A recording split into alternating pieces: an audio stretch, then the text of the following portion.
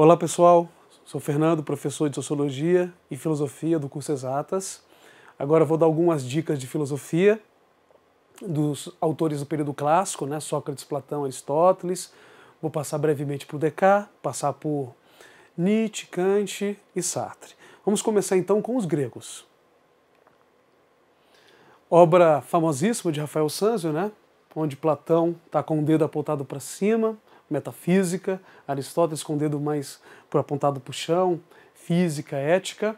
Então, com relação aos filósofos, os pré-socráticos são filósofos fundamentalmente do campo da cosmologia, da filosofia da natureza, dos princípios físicos do universo. Não é? Entre os pré-socráticos podemos destacar, por exemplo, Heráclito, Parmênides, Tales de Mileto, Anaxágoras, Anaxímenes. Então, esses autores são autores da physis.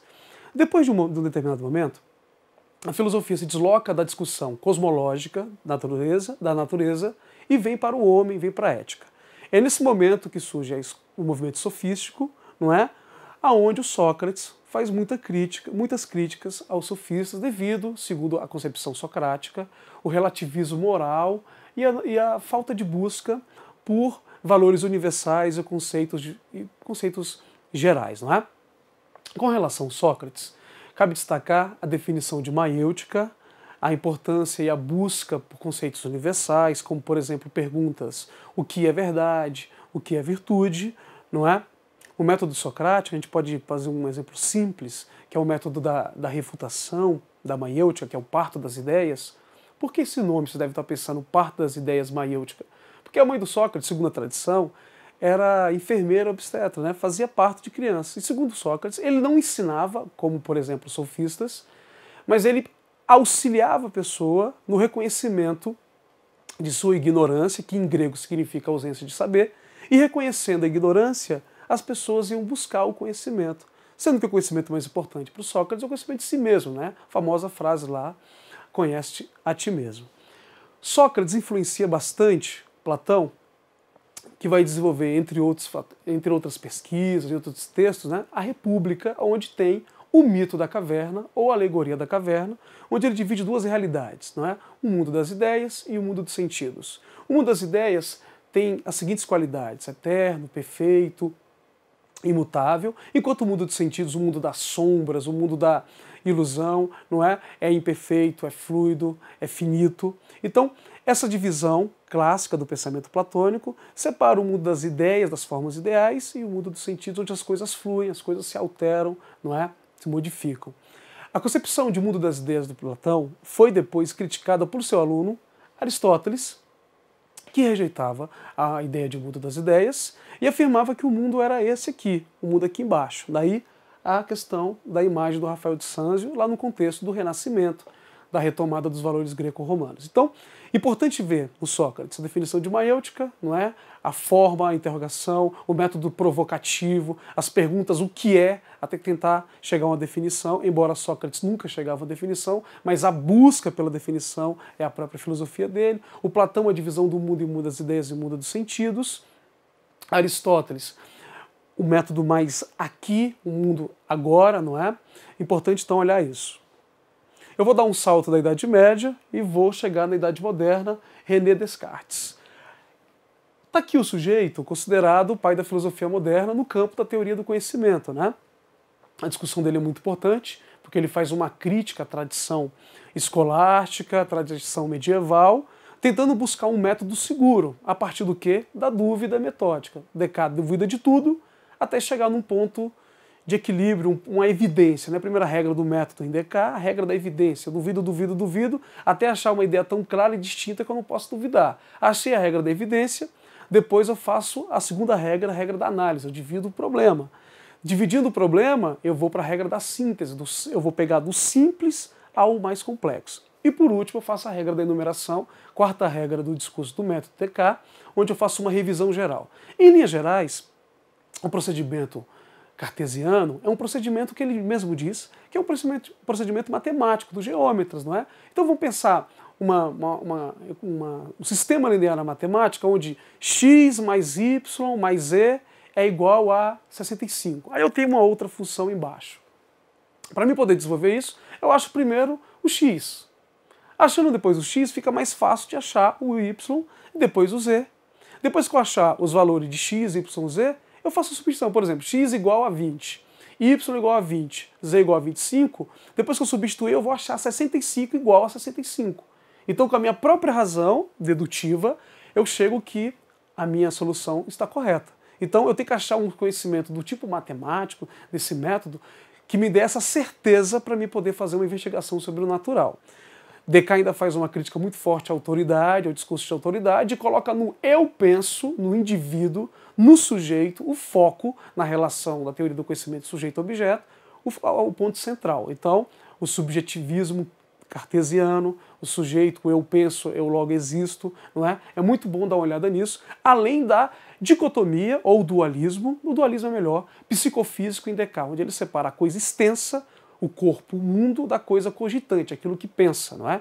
Então, o pensamento em Descartes é certo, evidente, é uma ideia clara e distinta. Agora, o corpo, para ele, já tem atributos que vêm dos sentidos, que não é uma fonte tão confiável de saber, de conhecimento. É mais ou menos isso o centro do pensamento cartesiano, esse que vale vocês darem uma revisada.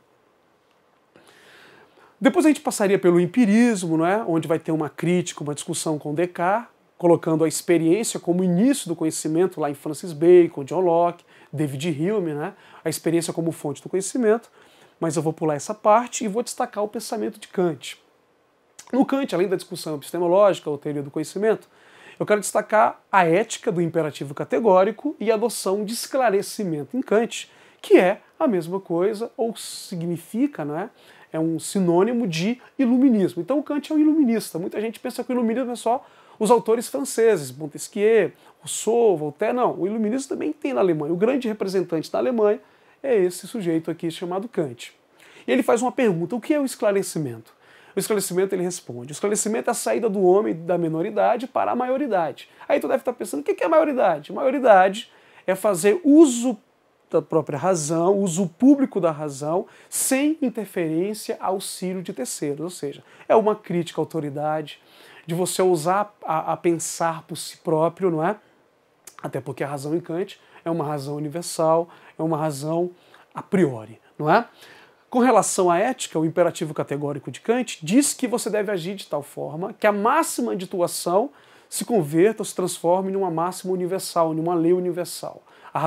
A ética em Kant tem a razão como fundamento e é uma ética formalista, ou seja, formal, independentemente da história e do contexto. Então, a ética em Kant, ela não depende do contexto histórico, mas ela tem uma crença na razão universal humana, onde eu posso hipoteticamente testar isso independentemente do contexto local, da cultura, da história. Não é? É um atributo que o homem tem, todos os humanos, segundo Kant.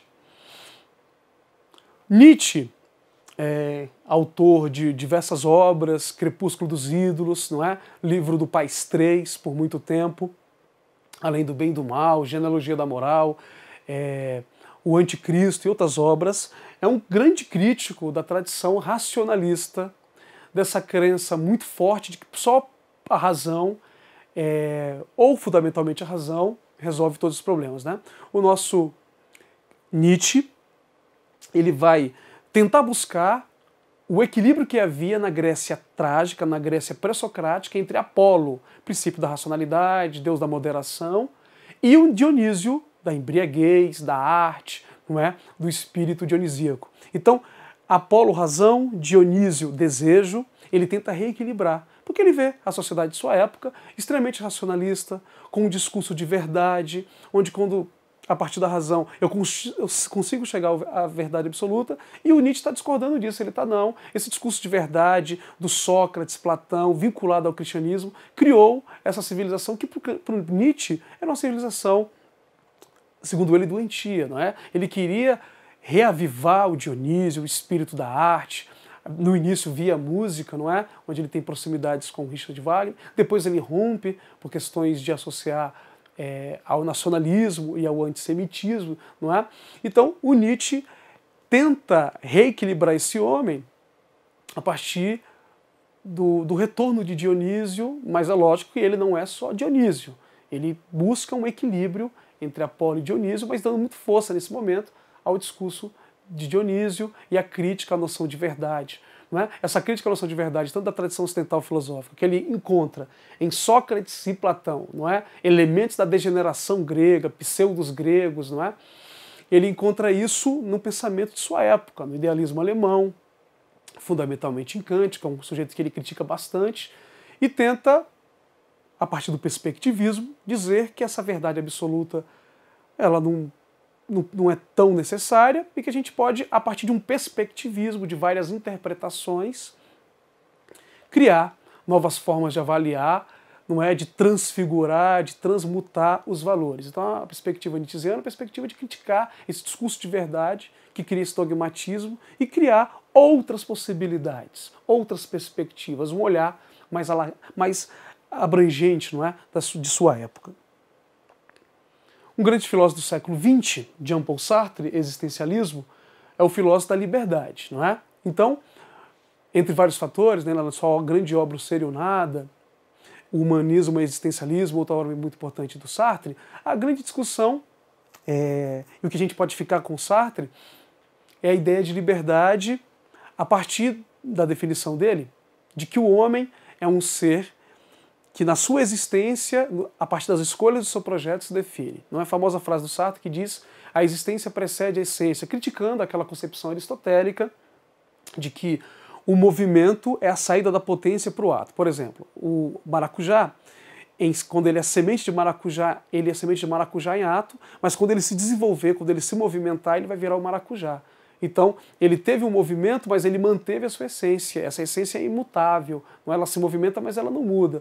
O Sartre diz que o homem é diferente de todos os seres. Que o homem é até definido biologicamente, mas a sua consciência é o nada, é indeterminada, o homem é um ser inacabado, e a partir da liberdade humana, das escolhas dos seus projetos, é que o homem vai definindo o seu ser dentro da existência. Portanto, não existe determinismo em Sartre. O homem é o ser que produz aquilo que ele quer ser a partir das suas escolhas, do seu projeto.